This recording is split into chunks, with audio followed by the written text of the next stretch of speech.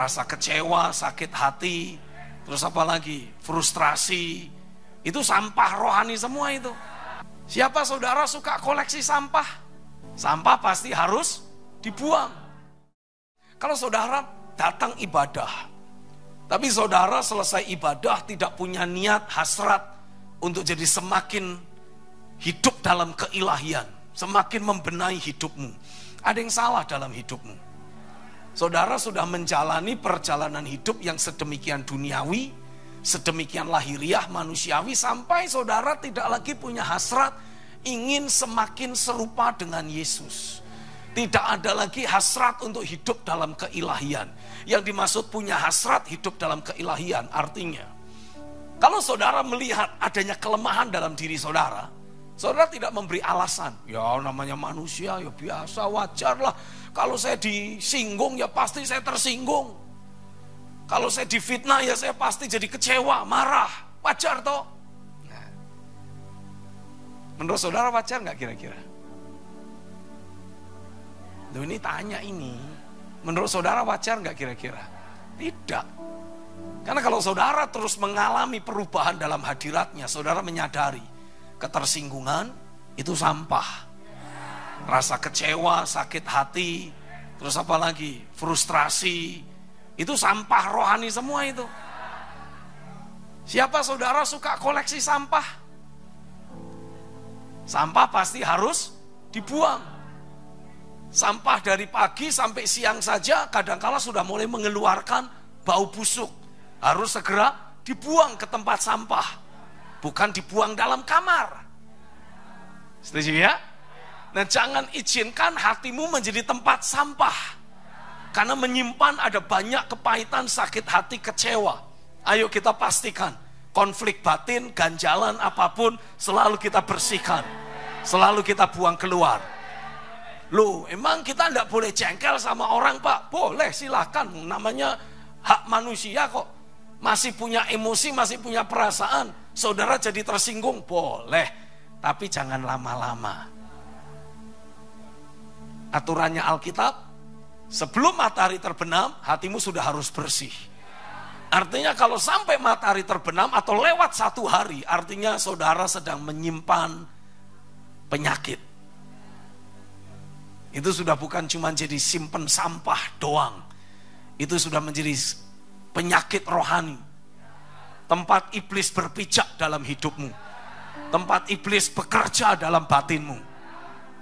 Oh come on. Jadi saya menghendaki mulai dari sejak hari ini, ayo kita pastikan nature manusia rohaniah kita terus mengalami perubahan dalam hadirat Tuhan. Sehingga saudara selalu diselimuti damai sejahtera. Selalu dikuasai oleh keceriaan dan sukacita. Loh Pak, kalau seperti itu nanti kita sudah ada di sorga. Memang, saudara itu harusnya menikmati sorga di bumi ini. Ngapain tunggu saudara mati di kubur? Lebih baik alami kematian dalam kedaginganmu. Setuju, amin. Lebih baik kemanusiaan kita yang mati bersama Kristus. Nah, karena sama-sama sudah mati, kita berhak menikmati sorga. Bilang, selama aku ada di bumi ini, selama aku menjalani hari-hariku di atas muka bumi ini, sudah sewajarnya adalah merupakan hak Tuhan, porsi Tuhan buat aku, untuk aku selalu menikmati sukacita, selalu menikmati damai sejahtera, karena aku adalah anak Sang Raja. Amin. Ingat baik-baik, ketika saudara berkumpul bersama-sama sehati di dalam nama Tuhan, pemerintahan Tuhan hadir. Tuhan bertahta di atas pujian umatnya. Setuju, amin. Dia menjadi hakim, dia menjadi raja. Oh come on. Dia menjadi pemberi undang-undang. Dan hari ini dia sedang menyatakan ada satu produk undang-undang yang baru. Sebagai orang percaya, bilang, sebagai orang percaya, sudah sewajarnya aku menikmati sukacita, damai sejahtera, keceriaan yang dari Tuhan.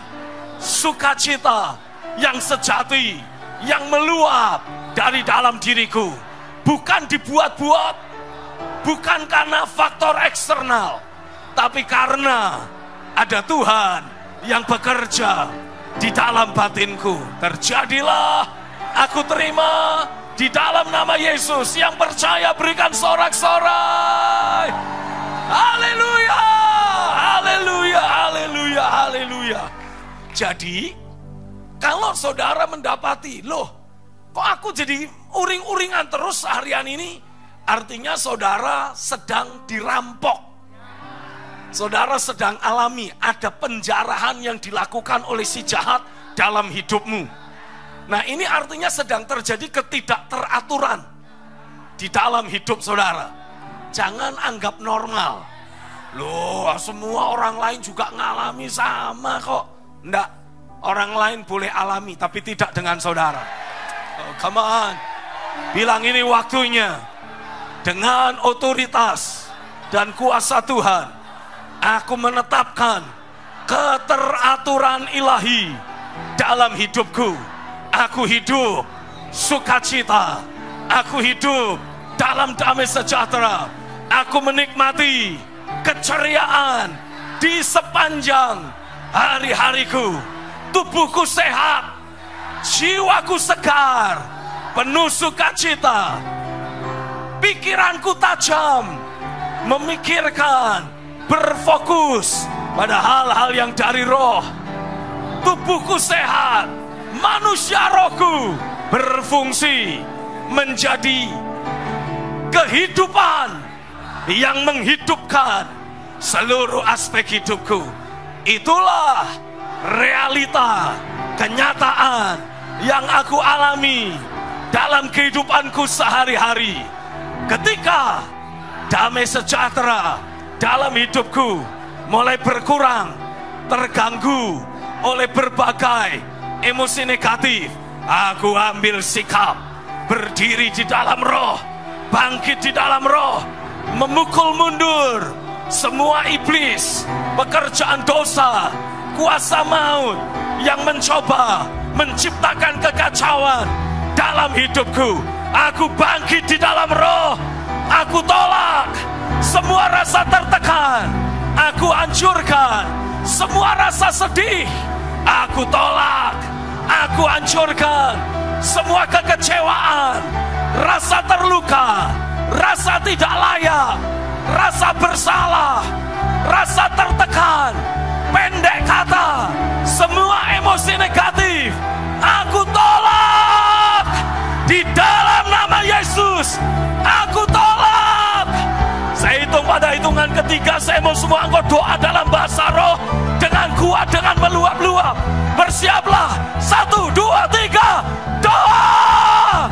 Shekara bayara la banda balaka, roko cemerele kruca mayara laka, shire bebe kanda malaka, ri ye yaka, sure banda maka.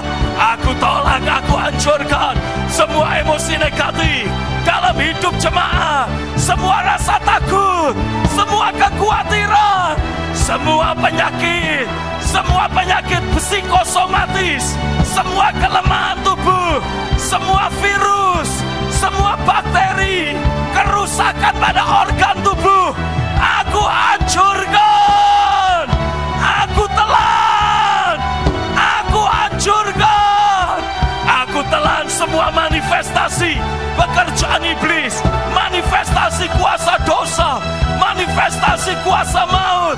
Katakan